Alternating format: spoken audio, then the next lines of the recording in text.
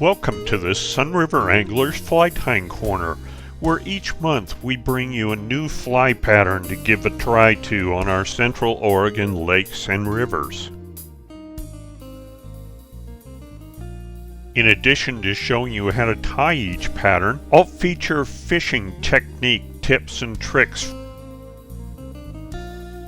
and I'll cover some of the entomology behind each pattern to help gain a better understanding of the bugs that we're trying to imitate. I have field tested each of the patterns that I feature each month to make sure that they catch fish. I'll cover tying instructions for the fly as well as materials to help you be able to recreate these patterns on your own vise.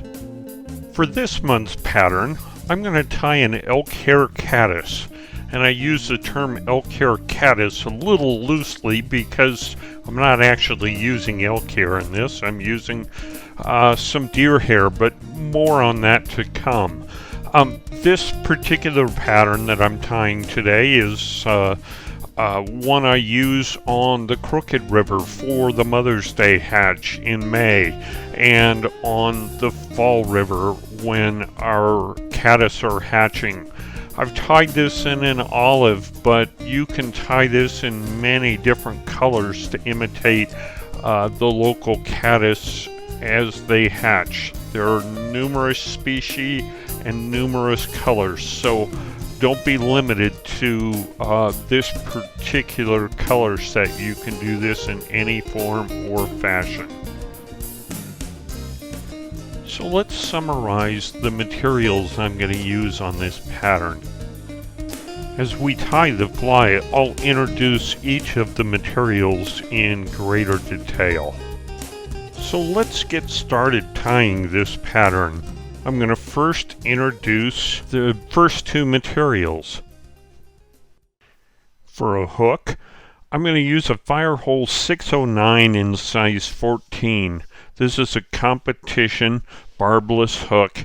Although designed for nymph and wet flies, it's a medium wire, so on an Elk Hair Caddis with lots of flotation, I like a little stronger hook than, say, the dry fly version of this, the 419. So I've tied this on a 609. For the thread, I'm using a Danville 6/0 in olive brown.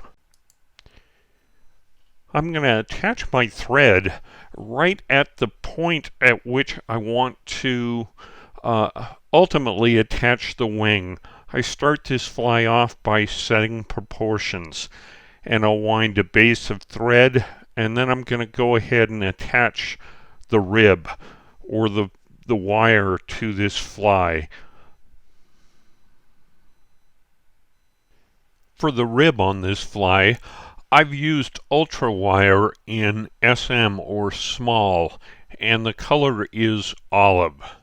For the abdomen dubbing, I'm using Fly Fish Foods Junior Bruiser blend in a brown olive.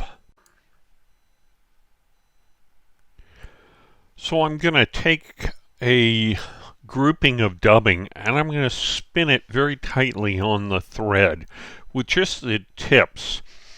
And then I'll go ahead and take the rest of that dubbing and spin it back around the thread to create a dubbing noodle or yarn around the thread, and I'll wind that up to right to the point where I'm going to set the wing in place.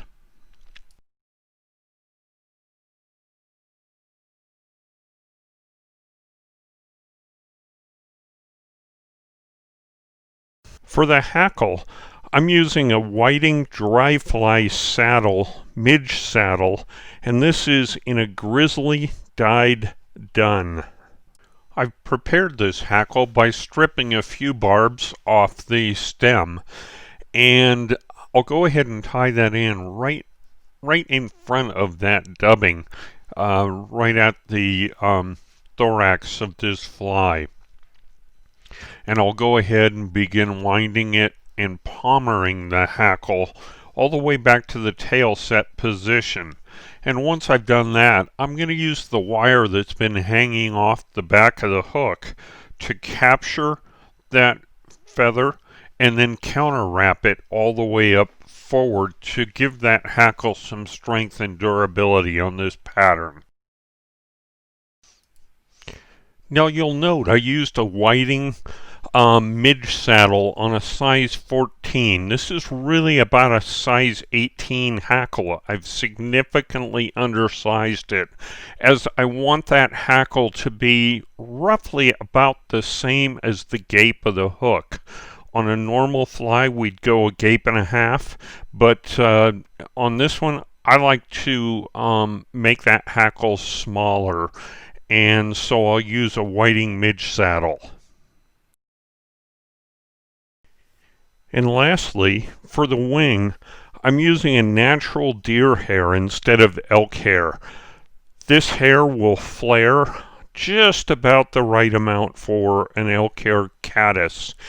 This particular piece also has very short black tips. It's more or less comparadun hair, and a piece that I like a lot for tying an Elk Hair Caddis. So I'll begin by trimming just a few of those hackle barbs off the top of the fly, and this is where the wing is going to lay. And then I'll take a small clump of my deer hair and stack it and clean it very well, and then go ahead and tie it on right at that head position. And I'll tie it with 2 or 3 or 4 wraps, and then I'll grab a portion of that, probably about 1/3 of the butts, and I'll pull those back and tie in front of those, and then I'll grab another 1/3 and tie those down, and so on and so forth all the way to the head. Once I've tied off all the butts, I'll go ahead and drop into a whip finish in front of the remaining butts on the fly. And then from here, I'm going to take an angled cut at the head, slightly above the eye of the hook. I want to leave a little bit of the deer hair butts to create this head, and angle that cut on a plane consistent with the angle of the wing. And I'll clip that off, and at that point in time, I'm largely done with this pattern. So let me spin this fly around in the vise so you can see all sides of the olive Elk Hair Caddis. It's a great imitation for the Mother's Day caddis hatch. So this pattern has been around for a long time. It was originally designed by Troth of Pennsylvania back in 1957, and it's still a very popular pattern today. So that has been your Sunriver Anglers Fly Tying Corner for this month. I hope you'll give the Elk Hair Caddis a try. This is an excellent pattern for newer fly tyers to learn, as it teaches a number of techniques in fly tying. If you like what you see, please subscribe to this page and like us on Facebook. Thanks for watching.